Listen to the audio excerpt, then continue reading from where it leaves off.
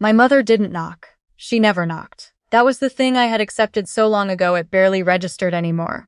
That in this house, my space was not something I was allowed to have.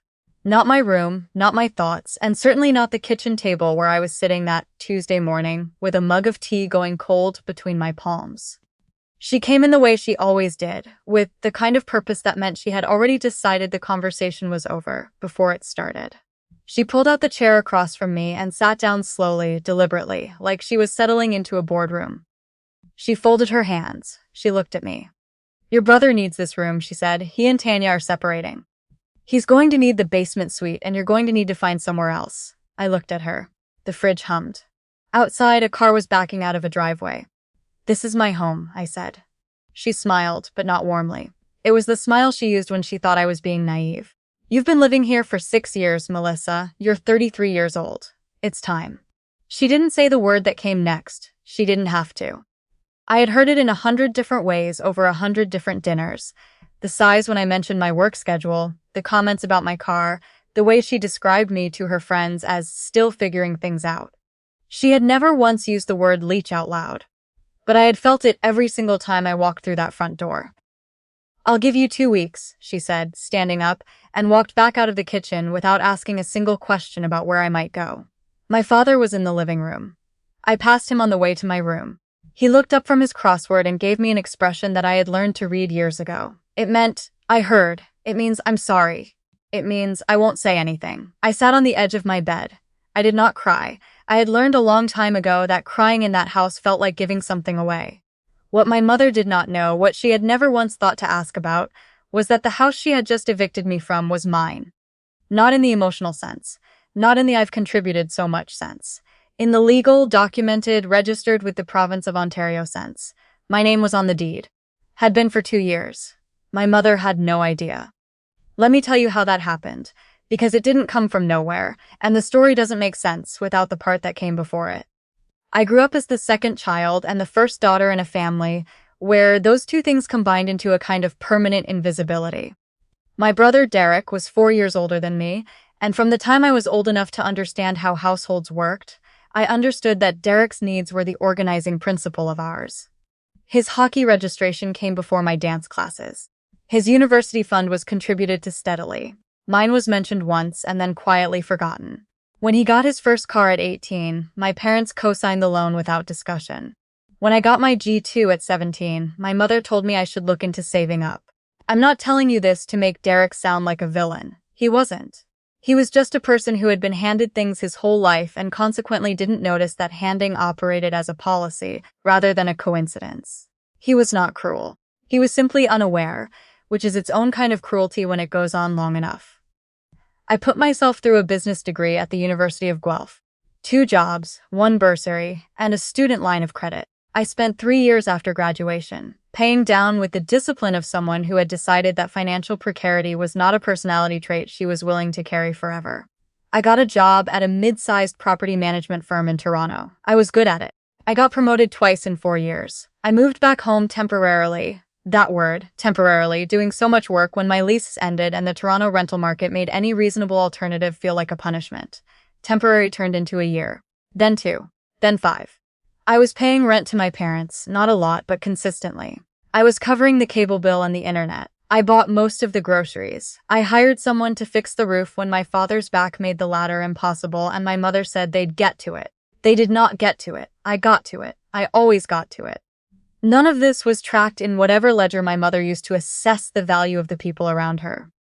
What was tracked, apparently, was that I was 33 and unmarried and living in my parents' house, which in her framework was a story about failure rather than a story about loyalty and financial strategy. 2 years before that Tuesday morning, my father had knocked on my bedroom door, which he always did, because he was the parent who understood the concept of knocking, and asked if he could come in.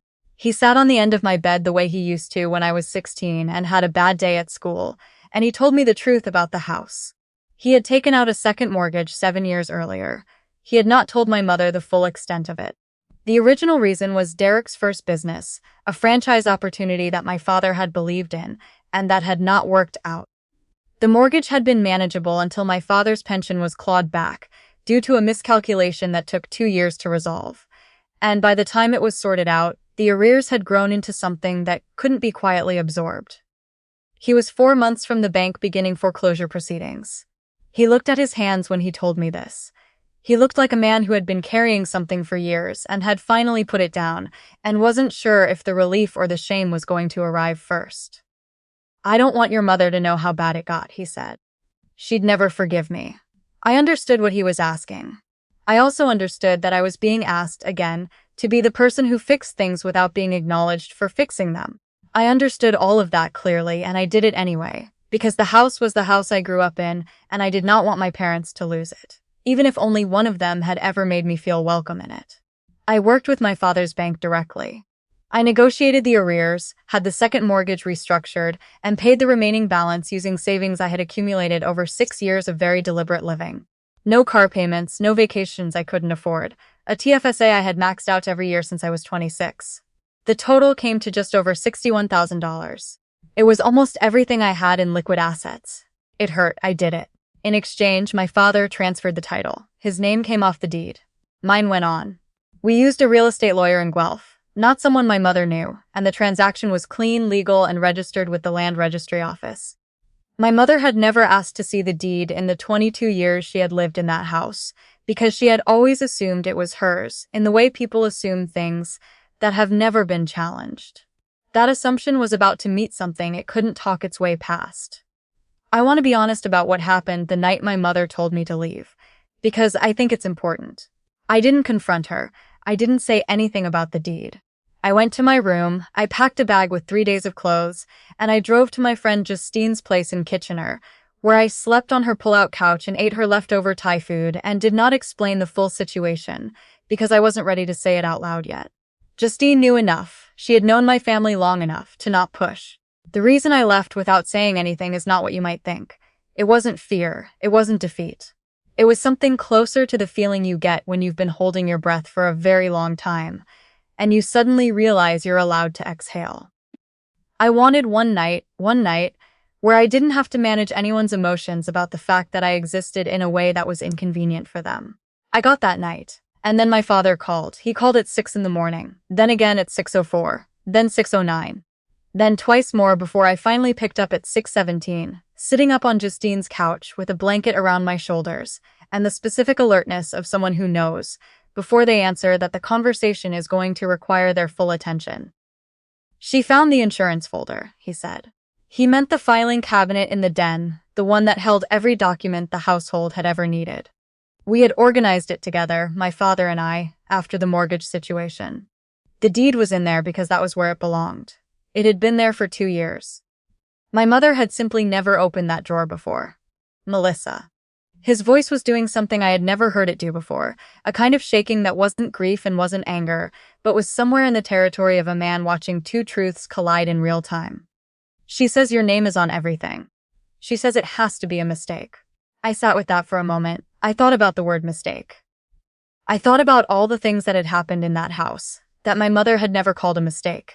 The years of quiet dismissal, the money Derek had been given without question, the ways she had communicated my smallness to me so consistently that I had spent most of my 20s half convinced she was right. "It's not a mistake, Dad," I said. "You know it's not." He didn't answer right away. When he did, his voice had settled into something quieter. "I know," he said. My mother called 11 minutes later. If my father had been shaking, my mother had moved directly through shock and into a register I recognized immediately. The one that sounded like fury, but was actually something more complicated underneath. She had operated for decades inside a version of reality that she controlled, and the deed was a document that didn't fit that version, which meant the document had to be wrong. She told me the lawyer must have made an error. She told me my father hadn't understood what he was signing. She told me I had taken advantage of him during a difficult time, which was interesting, because the difficult time had been caused by a decision she hadn't known about, and therefore couldn't have helped with, a sequence of causality she did not engage with directly. She used the word selfish. She used the phrase "this family" in a way that implied I was adjacent to it rather than part of it. She did not use the word leech. She came close. I let her go. I had spent 33 years learning the precise duration of my mother's storms, and I knew that the only thing to do was wait for the moment when the energy shifted from fury into something that could actually hear words. I waited for it with a patience I had not known I possessed until that moment. "Mom," I said when the pause came. "The house is mine. It has been for 2 years. Dad came to me because you were 4 months from losing it to the bank. I paid the debt off. The title is in my name. I have every document. This is not a mistake." Silent. It was the longest silence I had ever heard from my mother, and I had heard her be silent in many different ways over the years. "I don't understand," she finally said, and for the first time in my memory, she sounded like she genuinely didn't. "I know," I said. "I think that might be part of the problem." I didn't go back to the house that day. I gave everyone the space to process what had happened without me there to be processed at. I went back to Justine's, I called my work to explain I'd be in late, and I sat in her kitchen and drank coffee that was actually hot, which felt like an absurd luxury, and I thought about the next few days. What I had not anticipated was the extended family campaign. My mother's older sister called me that afternoon. She said she was calling as a neutral party, which told me immediately she was not. She told me that property was a complicated thing in families, and that sometimes people made decisions that felt legal but weren't entirely right, and that perhaps I should speak to someone, meaning a mediator, or possibly a priest, though she didn't say that last part. I told her politely, exactly what I had told my mother. The house had been weeks from foreclosure. My father had asked for help. I had provided it legally, with documentation. There was nothing to mediate. My father's younger brother called the next morning. He was gentler about it. He said he understood I had done something significant, and that maybe the family just needed time to process. I appreciated the gentler version. I told him the same facts. Derek called on the second afternoon, and that conversation was the one I had been bracing for without quite knowing it. My brother had always had a particular talent for entering a situation in a way that made it seem like he was solving it. He opened by acknowledging that my mother had been harsh.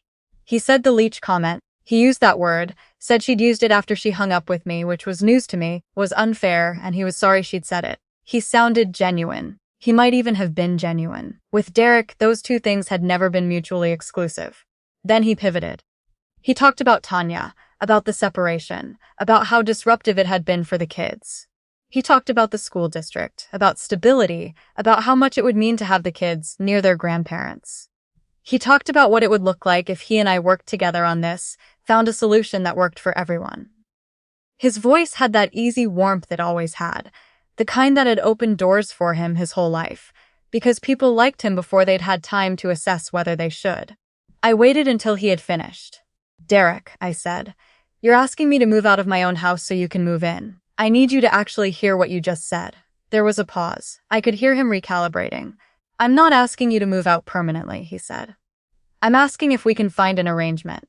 "The arrangement," I said, "is that it's my house. The arrangement is that I decide who lives in it. The arrangement is that I left my own home with a bag of clothes because Mum told me to, and I did it because I was tired, and I'm done doing things because I'm tired." Another pause. Longer this time. "I didn't know about the mortgage," he said, and his voice had changed. The warmth was still there, but the ease had gone out of it. He sounded, for the first time in the conversation, like he was actually listening to himself. "I know you didn't," I said. "A lot happened in this family that you didn't know about. That's not entirely your fault. But it's also not my problem to solve for you." He didn't have an answer for that. I don't think anyone had ever said that to him before. I went back to the house on the fourth day, not because I had been invited, not because anyone had called to say the situation was resolved. I went back because it was my house, and I had spent enough time accommodating other people's discomfort at the expense of my own. My mother was in the kitchen. She was standing at the counter with a dish towel in her hands, not drying anything, just holding it, and when I walked in, she looked at me with an expression I had never seen on her face before. It wasn't anger. It wasn't the performance of disappointment that I had grown up reading like a weather forecast. It was smaller than that. It was uncertain. My father was at the table. He stood up when I came in, which he didn't usually do, and I understood that the gesture was the only way he knew to say several things at once.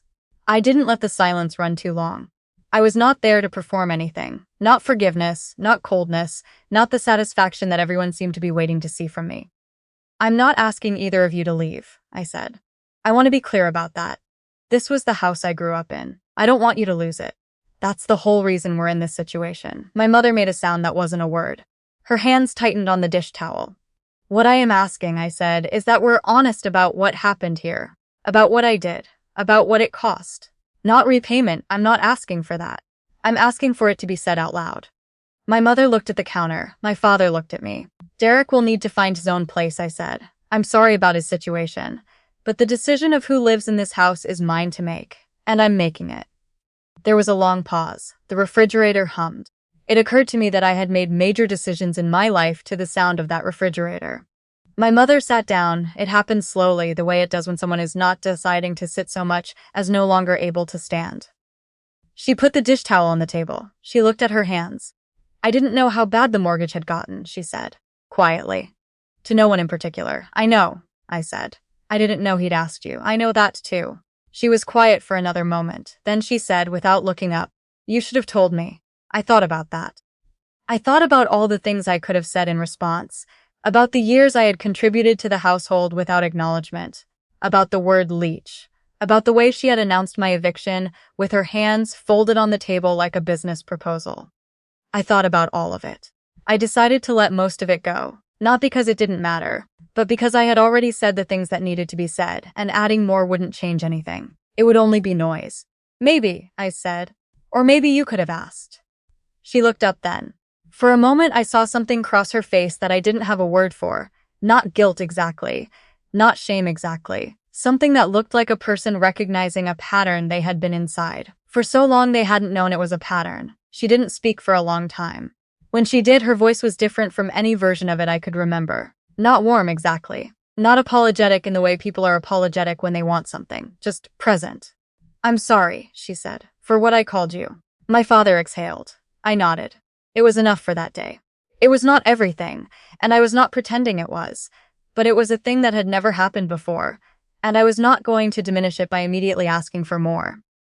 I set 2 conditions before I left the kitchen that day. The first was that the word leech, or anything like it, was never used in reference to me again by anyone in the family. The second was that what I had done for the house was acknowledged clearly, once in front of all of us, including Derek when the time came. Not as a transaction, just as truth. My father agreed in about 4 seconds. My mother took 3 days, but she did it. She sat at that kitchen table, across from me and my father and Derek, when he came by to collect some things he'd stored in the garage, and she said it plainly, that I had saved the house, that my father had asked me, that I had spent my own savings, and that she had not known and should have. It was one of the most uncomfortable minutes I have ever experienced in my life. It was also somehow one of the most clarifying. Derek found a furnished rental in Guelph, closer to where his kids go to school, which turned out to be better for everyone, including him. He called me 3 weeks later, not to ask for anything, just to talk. That was new. I'm not sure what we're becoming to each other. Closer than we were, maybe, now that the thing propping up the old arrangement had fallen away. I'm paying attention to it without rushing it. My mother and I are not close the way I might have wanted us to be if I had written the script. But we are honest in a way we never were before, and I am learning to find that enough. I repainted the hallway last month. The old color was a sage green that my mother had chosen in 2009 and which I had never liked. I chose a warm terracotta that she made a face at when she saw the sample. I did it anyway. The first morning I walked past it on my way to make coffee, I stopped and looked at it for longer than was probably necessary. It was a small thing, but it was mine. Every wall, every window, every beam of that house is legally, officially, and entirely mine. I know that now in my body in a way I didn't before. Not as triumph, not as score settling, but as something quieter and more durable than either of those things. Most mornings now I make my coffee. I sit at the kitchen table and I let it get warm while I just sit there. Not doing anything. Not covering for anyone. Not managing anyone's feelings about who I am or what I've chosen or how long I've taken. Just sitting in a house that belongs to me, in a life that is starting to as well. If this story resonated with you, subscribe, because every week we tell real stories about people who did the quiet, unglamorous, thankless thing for years, and then one day stopped apologizing for it. You won't want to miss what's coming next.